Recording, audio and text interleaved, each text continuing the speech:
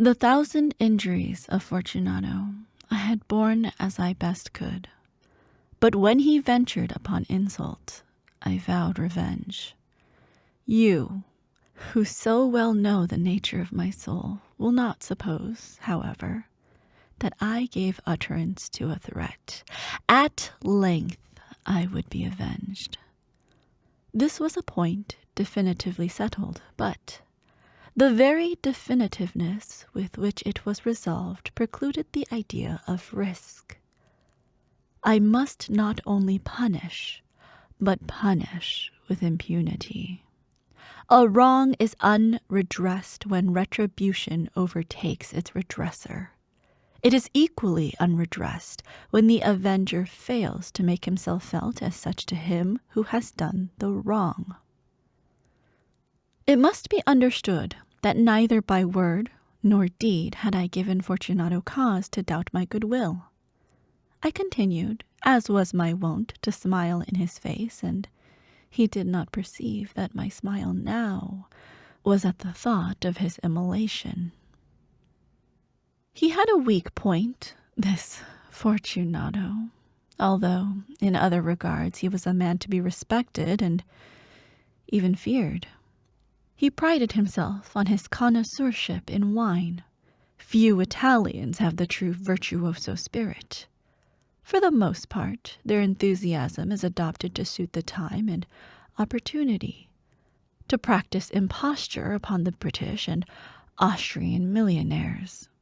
In painting and gemmery, Fortunato, like his countrymen, was a quack, but in the matter of old wines he was sincere.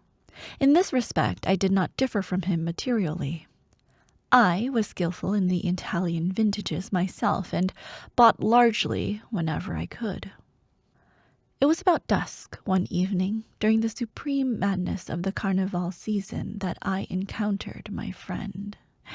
He accosted me with excessive warmth, for he had been drinking much. The man wore motley. He had on a tight-fitting parti-striped dress, and his head was surmounted by the conical cap and bells. I was so pleased to see him that I thought I should never have done wringing his hand. I said to him, "My dear Fortunato, you are luckily met. How remarkably well you are looking today. But I have received a pipe of what passes for Amontillado, and I have my doubts." "How?" said he. "Amontillado? A pipe? Impossible. And in the middle of a carnival." "I have my doubts," I replied, "and I was silly enough to pay the full Amontillado price without consulting you in the matter. You were not to be found, and I was fearful of losing a bargain." "Amontillado? "I have my doubts." Amontillado? "And I must satisfy them." Amontillado? "As you are engaged, I am on my way to Lucchesi. If anyone has a critical turn, it is he. He will tell me." Lucchesi cannot tell Amontillado from Sherry." "And yet some fools will have it that his taste is a match for your own." "Come, let us go." "Whither?" "To your vaults." "My friend, no. I will not impose upon your good nature. I perceive you have an engagement. Lucchesi—" "I have no engagement. Come." "My friend, no, it is not the engagement, but the severe cold with which I perceive you are afflicted. The vaults are insufferably damp. They are encrusted with nitre." "Let us go, nevertheless. The cold is merely nothing. Amontillado, you have been imposed upon. And as for Lucchesi, he cannot distinguish Sherry from Amontillado." Thus speaking, Fortunato possessed himself of my arm. Putting on a mask of black silk and drawing a roquelaire closely about my person, I suffered him to hurry me to my palazzo. There were no attendants at home. They had absconded to make merry in honor of the time. I had told them that I should not return until the morning, and had given them explicit orders not to stir from the house. These orders were sufficient, I well knew, to ensure their immediate disappearance, one and all, as soon as my back was turned. I took from their sconces 2 flambeaux, and giving one to Fortunato, bowed him through several suites of rooms to the archway that led into the vaults. I passed down a long and winding staircase, requesting him to be cautious as he followed. We came at length to the foot of the descent and stood together on the damp ground of the catacombs of the Montresors. The gait of my friend was unsteady, and the bells upon his cap jingled as he strode. "The pipe," said he. "It is farther on," said I. "But observe the white webwork which gleams from these cavern walls." He turned towards me and looked into my eyes with 2 filmy orbs that distilled the rheum of intoxication. "Nitre?" he asked at length. "Nitre," I replied. "How long have you had that cough?"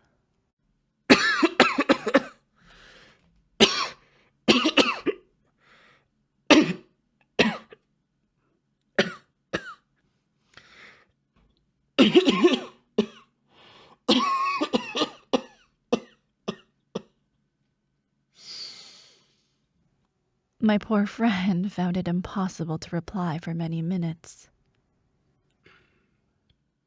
"It is nothing," he said at last. "Come," I said with decision. "We will go back. Your health is precious. You are rich, respected, admired, beloved. You are happy, as once I was. You are a man to be missed. For me it is no matter. We will go back. You will be ill, and I cannot be responsible. Besides, there is Lucchesi," "Enough. he said. The cough is a mere nothing.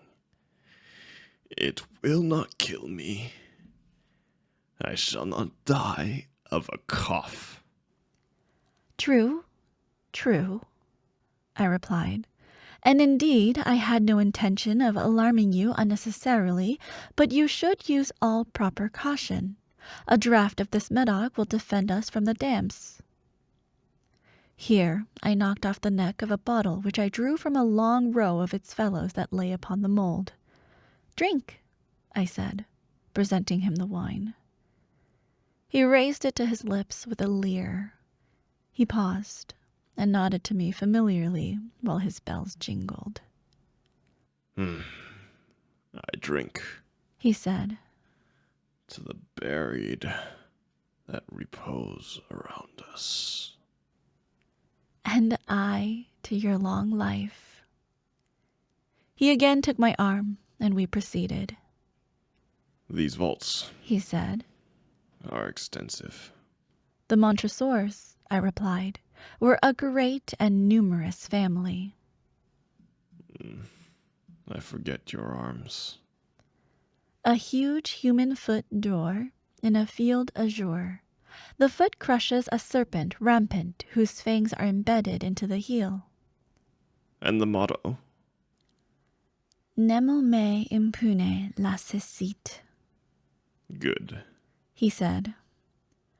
The wine sparkled in his eyes and the bells jingled. My own fancy grew warm with the Medoc. We had passed through walls of piled bones, with casks and puncheons intermingling, and the inmost recesses of the catacombs. I paused again, and this time I made bold to seize Fortunato by an arm above the elbow. "The nitre," I said. "See, it increases. It hangs like moss upon the vaults. We are below the river's bed. The drops of moisture trickle among the bones. Come, we must go back ere it is too late. Your cough." It is nothing," he said. "Let us go on. But first, another draught of the Medoc." I broke and reached him a flaçon of de Grave. He emptied it at a breath. His eyes flashed with a fierce light. He laughed and threw the bottle upwards with a gesticulation I did not understand. I looked at him in surprise. He repeated the movement, the grotesque one. You do not comprehend, he said. Not I replied. Then you are not of the Brotherhood. How? You are not of the Masons. Yes, yes, I said. Yes, yes. You? Impossible. A Mason? A Mason, I replied. A sign, he said. It is this, I answered, producing a trowel from beneath the folds of my roquelaire. You jest. He exclaimed, recoiling a few paces. But let us proceed to the Amontillado. Be it so, I said, replacing the tool beneath the cloak and again offering him my arm. He leaned upon it heavily. We continued our route in search of the Amontillado. We passed through a range of low arches, descended, passed on, and, descending again, arrived at a deep crypt in which the foulness of the air caused our flambeaux rather to glow than flame. At the most remote end of the crypt there appeared another, less spacious. Its walls had been lined with human remains, piled to the vault overhead in the fashion of the great catacombs of Paris. 3 sides of this interior crypt were still ornamented in this manner.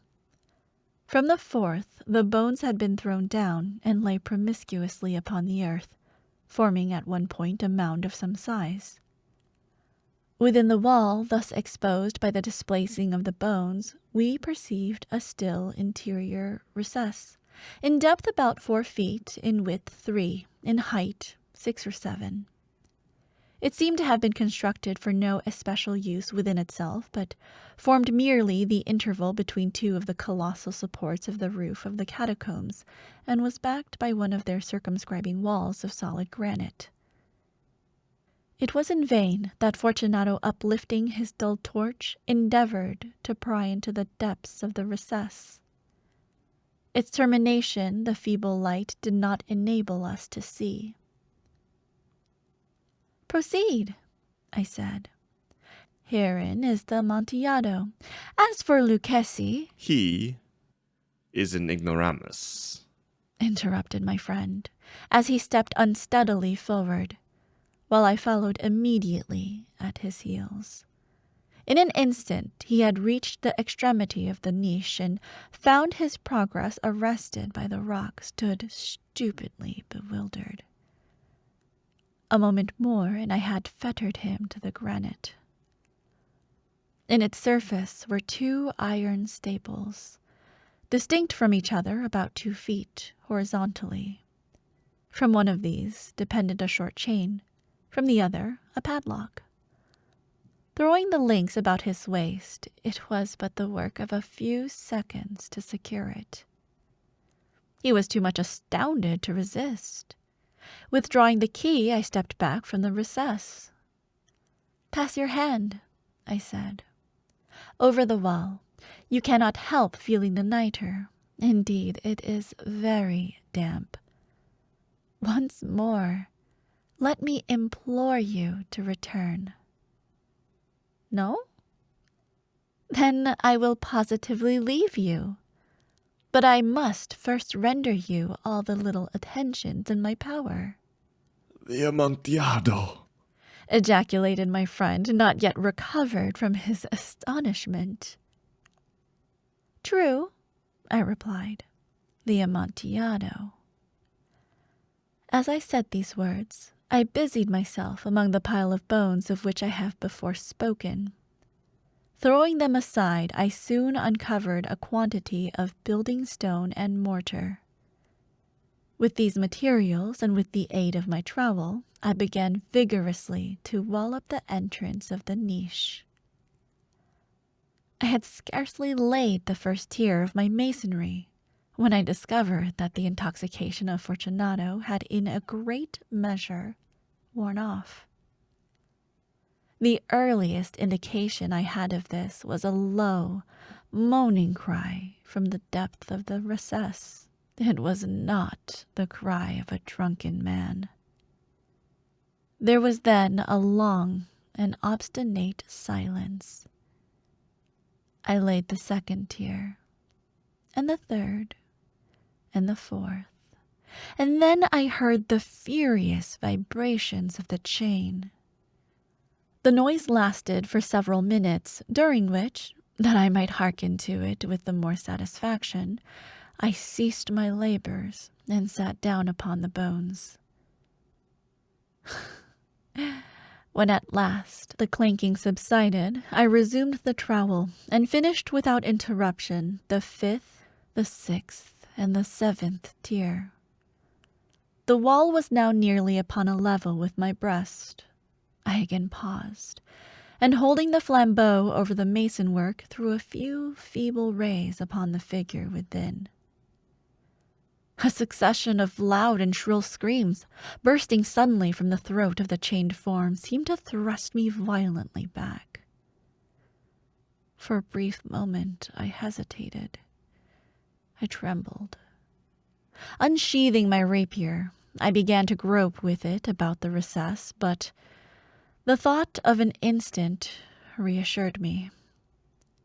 I placed my hand upon the solid fabric of the catacombs and felt satisfied. I reapproached the wall.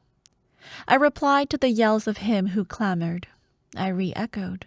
I aided. I surpassed them in volume and in strength. I did this, and the clamorer grew still.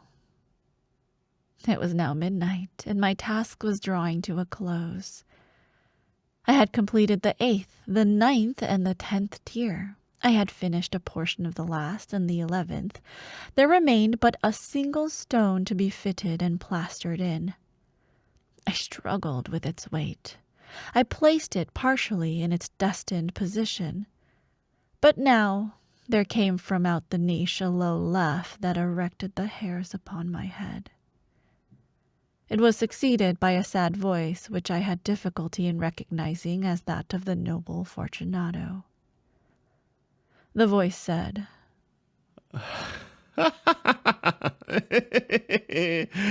A very good joke indeed. An excellent jest. We will have many a rich laugh about it at the palazzo.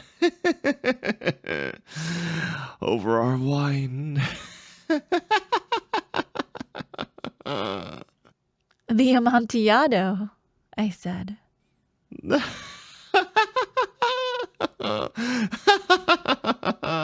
The Amontillado. Yes. But is it not getting late? Will they not be awaiting us at the palazzo? The Lady Fortunato and the rest? Let us be gone. "Yes," I said. "Let us be gone." For the love of God, Montresor. "Yes," I said, "for the love of God." But to these words I hearkened in vain for a reply. I grew impatient. I called aloud, "Fortunato!" No answer. I called again, "Fortunato!" No answer still. I thrust a torch through the remaining aperture and let it fall within. There came forth in return only a jingling of the bells. My heart grew sick on account of the dampness of the catacombs. I hastened to make an end of my labor. I forced the last stone into its position. I plastered it up. Against the new masonry I re-erected the old rampart of bones. For the half of a century no mortal has disturbed them. In pace requiescat.